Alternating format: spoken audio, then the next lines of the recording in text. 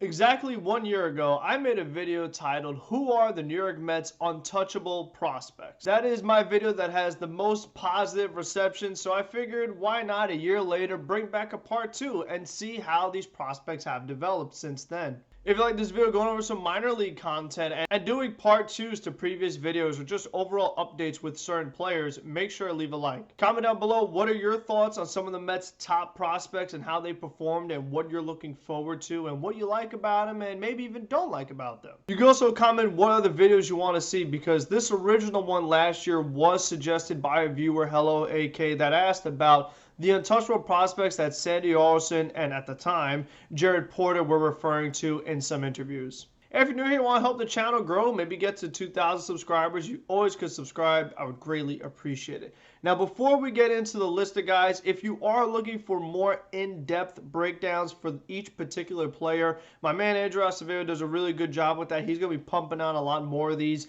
I'll leave his channel in the description. I'll also leave my part 1 of this video in the description, so be sure to check him out, show him some love, because he does a whole grading system on how these players could develop. Meanwhile, right now, we're just going to do a brief summary, a recap, and a projection for when we could see them. So in last year's video, I had Pico Armstrong on the list, but obviously the New York Mets traded him away for Javier Baez. Pico Armstrong ended up getting hurt really early, right after spring training, so he didn't get to play much, and he's no longer in the New York Mets farm system. So the first guy we're going to talk about is Matthew Allen, right-handed pitcher for the New York Mets that they got much later than they should have. This is a guy that was a first-round talent, but the Mets were able to draft him much later, and unfortunately, Matthew Allen had Tommy John surgery really early, so he did not get to pitch during the minor league season in 2021. This definitely is unfortunate because the New York Mets, even right now, could use some pitching, and as I always say, pitching is so important. You really would like to see Matthew Allen as soon as possible, but he has now been delayed, and we're probably not going to see him until almost 2024. And you just hope that Matthew Allen can be that same pitcher post Tommy John surgery. Tommy John surgery is not nearly as big a deal as it used to be. We see now more often that pitchers do come back and are perfectly fine, doesn't really seem to affect them too much. And you just hope that the same happens with Matthew Allen, because he is so important to what the Mets want to do going forward. Now, nobody in this list is technically an untouchable prospect besides Francisco Alvarez and most likely Brett Baty.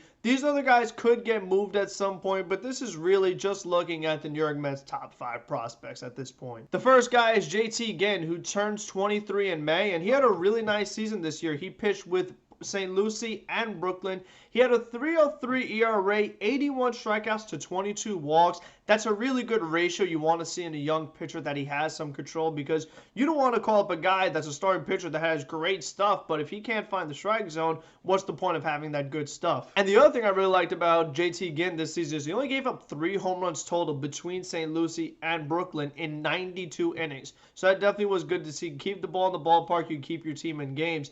And for his projection, I think most likely you're going to see JT Ginn in 2023.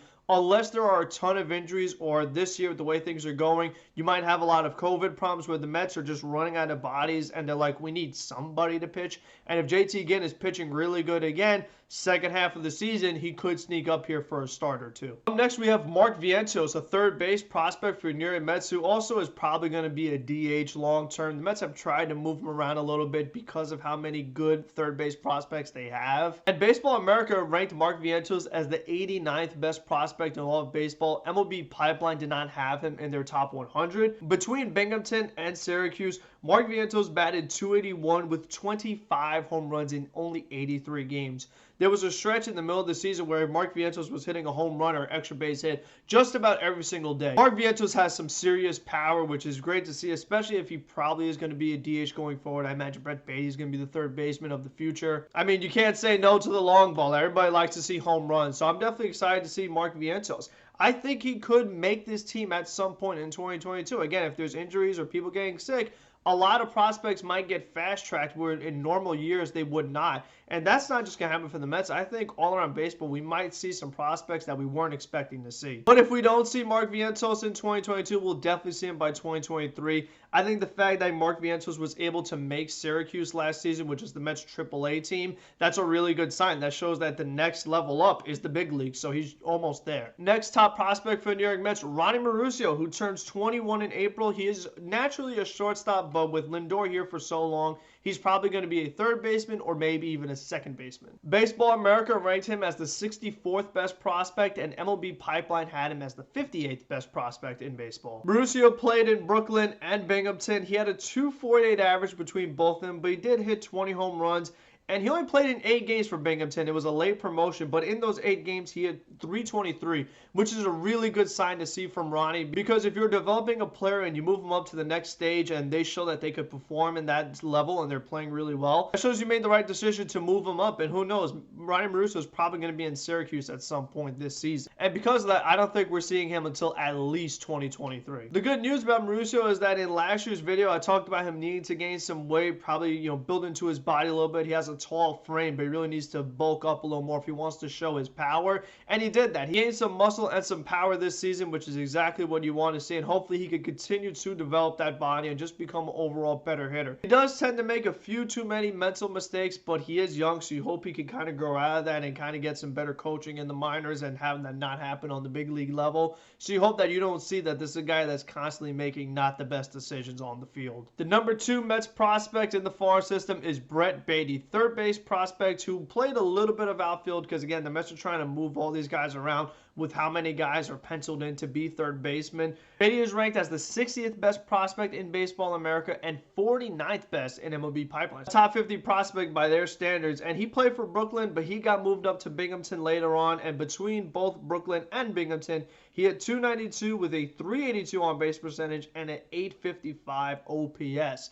So for Brett Baty, the good thing about him is that he does have an advanced eye. He hits like a guy that's older than he actually is. He looks like a veteran up there, and he used the opposite field really well, which is something you can't teach. A player either does it or they don't. Same thing goes with the plate vision and discipline that Brett Baty has. He also played in the Futures game, so it shows that not only by the Mets standards, but Major League Baseball also sees this guy as a really good up-and-coming player. Baty is a left-handed hitter, and his bat is so good that, again, depending on how things go, maybe you see him late 2022, but if not, you definitely will see Brett Baty in 2023. And the best prospect in the Mets farm system, the guy I can't wait to see him, I dream about him, I think about him all the time, is Francisco Alvarez, catching prospect. He is ranked 14th in Baseball America and 10th in MLB Pipeline. So Pipeline thinks he's a top 10 prospect in all of baseball. He's the number 2 catching prospect in baseball, behind Baltimore Orioles catcher Adley Rutschman. And this year, Francisco Alvarez played for St. Lucie and for Brooklyn. He had 272 with a 388 on base percentage, 941 OPS, 24 home runs, and 70 runs driven in. Francisco Alvarez already has a really good bat. He also has a pretty good eye at the plate. And when you see some of the highlights of this guy,